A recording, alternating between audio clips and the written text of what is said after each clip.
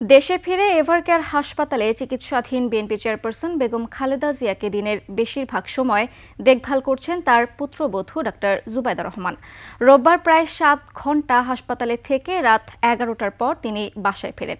এর আগে গত শনিবার সাবেক প্রধানমন্ত্রী খালেদা জিয়ার শারীরিক অবস্থা অপরিবর্তিত বলে জানিয়েছিলেন তার ব্যক্তিগত চিকিৎসক AZM জাহিদ হোসেন।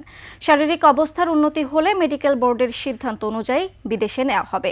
এরপর আনুষ্ঠানিক আর কোনো তথ্য পাওয়া যায়নি। তবে রোববার রাতে খালেদা জিয়ার সিটি স্ক্যান সহ কিছু পরীক্ষা করা হয়েছে বলে জানা গেছে। এদিকে রাতে এভারকেয়ার হাসপাতালের সামনে দলীয় নেতাকর্মীদের তেমনটা দেখা যায়নি।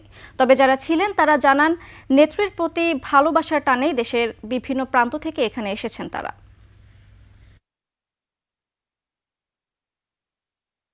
আমার মনে হয় যে হসপিটালের পাশে যখন একটু দাঁড়াবো, নেত্রীর একটু ছায়া হলো আমরা দেখতে পারবো, সেই হিসেবে আমরা এখানে ছুটে আসি। আমাদের দেশনেত্রীর জন্য আবার আমাদের কাছে ফিরে এসে সুস্থ হয়ে ফিরে এসে আবার দেশের নেতৃত্ব দিতে পারেন এবং বাংলাদেশকে একটি সাম্য, মানবিক এবং বৈষম্যহীন বাংলাদেশ প্রতিষ্ঠায় ওনার অগ্রযাত্রা অব্যাহত রাখতে পারেন, সেই কামনা করি।